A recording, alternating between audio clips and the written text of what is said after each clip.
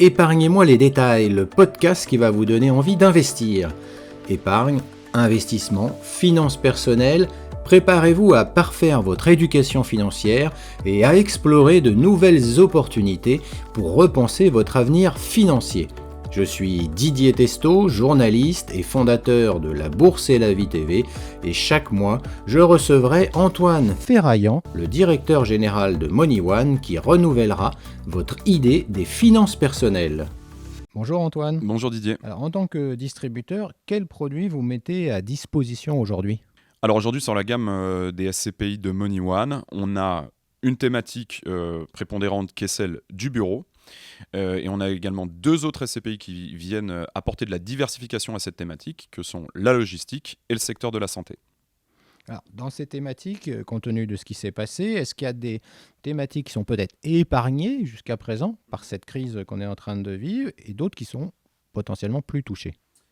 Alors effectivement, il y a celles qui tirent leur épingle du jeu et celles qui se sont vues impactées justement par cette remontée des taux. La première, la thématique du bureau, je vais un peu m'attarder dessus parce qu'on entend énormément de choses sur le bureau, et depuis d'ailleurs le Covid où tout a été remis en cause sur le bureau avec l'émergence du télétravail. Les SCPI que l'on distribue et qui sont investis sur du bureau, aujourd'hui, il faut que le gestionnaire réponde aux nouveaux besoins justement des locataires, notamment à travers le flex office. On peut avoir un locataire qui avait 10 étages et qui nous dise j'en ai plus besoin que 8 parce que je mets en place du flex office. Donc que va faire le gérant ?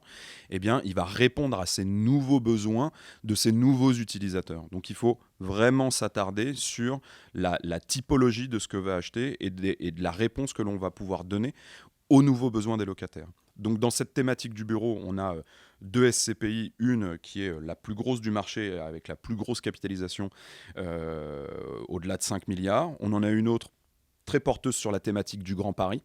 Et on a une SCPI européenne qui, elle, a vu son prix de part impacté. Et tout simplement, on a en fonction des pays des cycles économiques qui sont différents.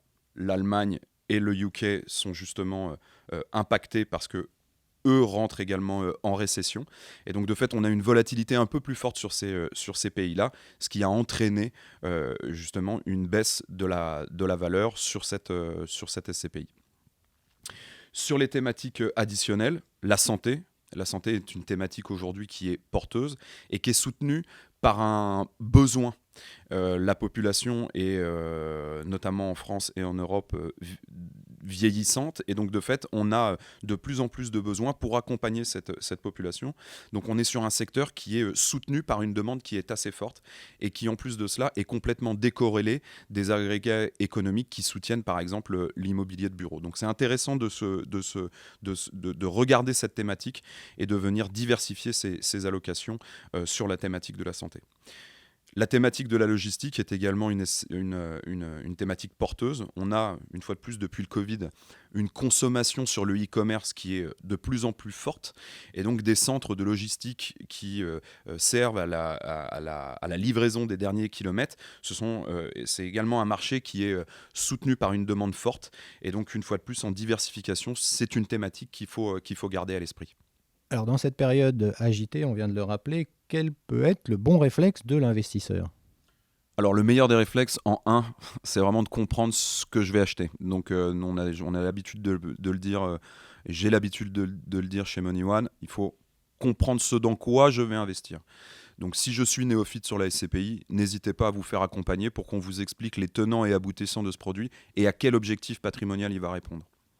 Ça, c'est la base de tout investissement dans n'importe quelle classe d'actifs. Je dois comprendre ce dans quoi je vais mettre mon argent.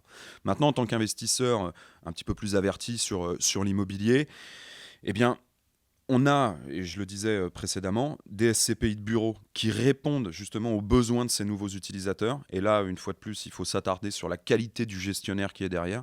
Nous, on est un distributeur adossé à un asset manager qui a plus de 40 ans d'expertise sur ce marché-là.